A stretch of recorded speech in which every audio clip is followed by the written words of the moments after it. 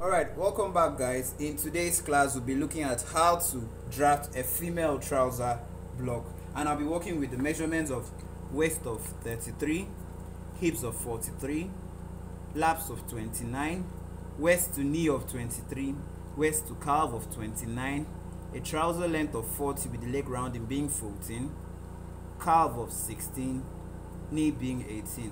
Remember, while we were treating how to take proper measurements, I showed you that in my own technique I measured the front crouch and the back crouch. For this person I have a front crouch of 13 and a back crouch of 17. So let's proceed with our drafting. First thing first, I mark 1 inch here, and with my pattern master I draw a line. This one serves as my band. Then from that point I now take my trouser length being 40 with 2.5 inches bending allowance. My waist to knee, my waist to hips for this person will be 10 because she's tall. Her waist to knee is 23. Her waist to calf is 29. So what I do is indicate all these positions, then I go ahead to draw a line in those areas.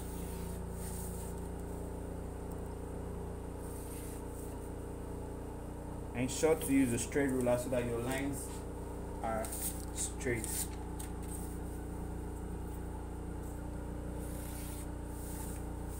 And this is my hip point.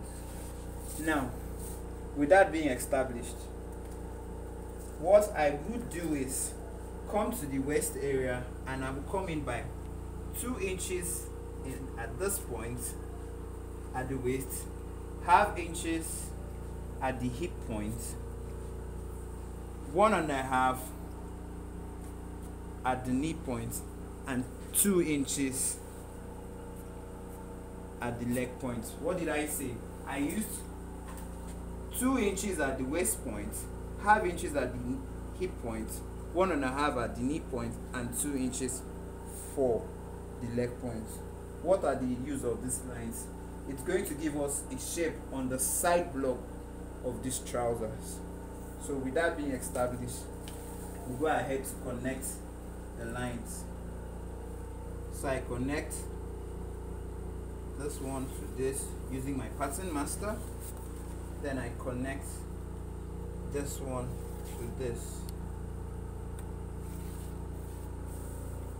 and lastly I connect this one with this one. Looking at it, we already have a shape on the side. Now before I proceed, there is a line I usually like measuring from where my trouser length is. I come up by 4 to 5 inches and I mark and I draw a line there.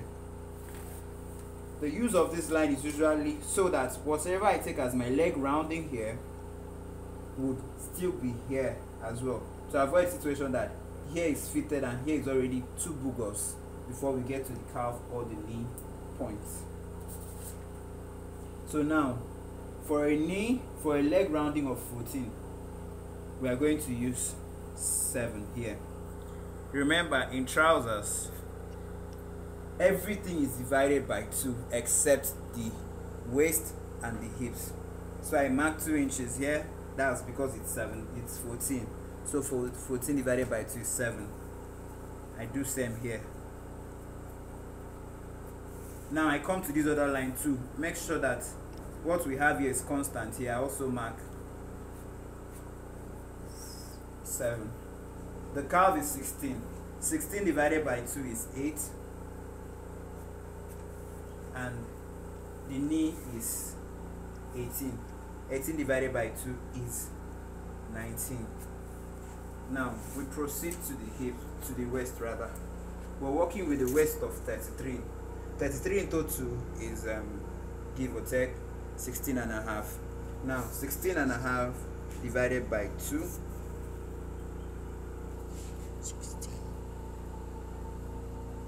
is 8.2.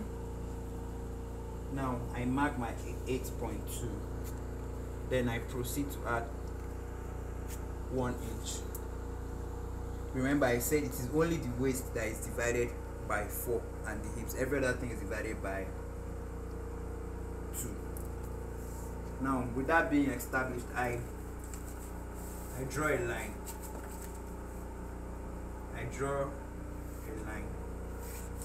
Then I now come down by 1 inch and I mark again. If I'm measuring from here, this line would be 2 inches. But since I'm measuring from here, it is 1 inches. So I now connect it to the top of my piece. The essence of this is to give the trouser a slope, a fitting around the waist region instead of making it straight. So with that being established, we'll go ahead to measure out the crouch. Please pay close attention on how I'm going to measure my crouch. For a crouch of 13, now note where I am starting. I am not starting at the one above, but I'm starting at the second one. Because if I use from here, it will be too short. So I start from here. I take my, for crouches that are up to 13, I take my tape up to 10. Then I now turn. I now turn. I now turn. But instead of taking 13 on the dot, I would mark 14. Why? The big question. Why?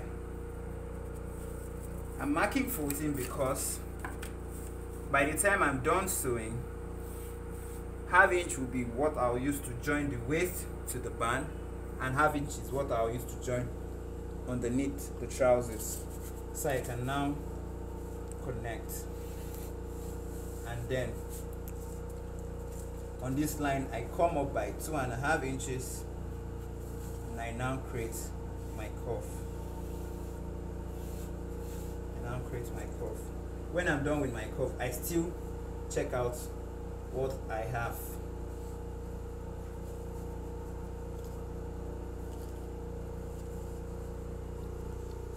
Then you can proceed. If coming up is making your crouch shorter, you go down a bit just to achieve exactly what you want. Always ensure to turn your tape to ensure that it's giving you exactly what you desire. So with that one established, now we start connecting our points together. So now what I'm doing is I'm connecting these points together, as well as this one. Then from there I now take it all the way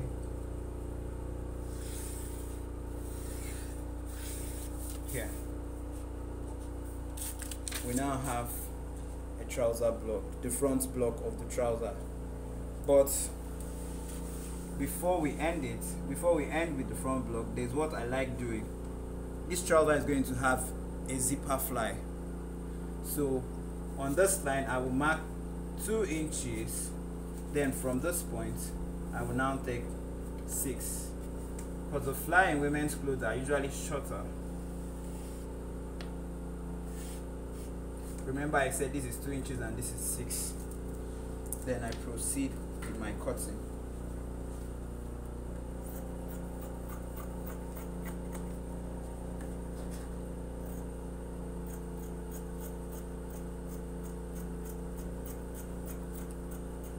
Ensure to cut directly on the line.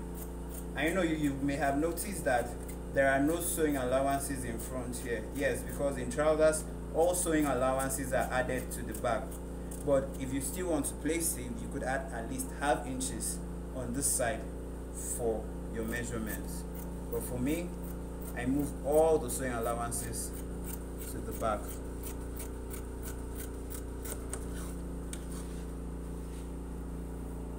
Now watch.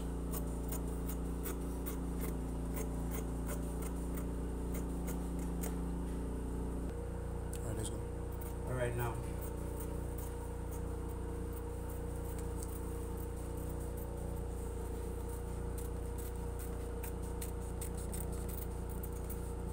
it is always advisable to cut with the sharp scissors so that the cutting will come out smooth and nice. So tada, this is what we have for a front trouser block with our zipper fly. This. So stay with us. In our next video we'll be looking at how to draft the back block. Thank you.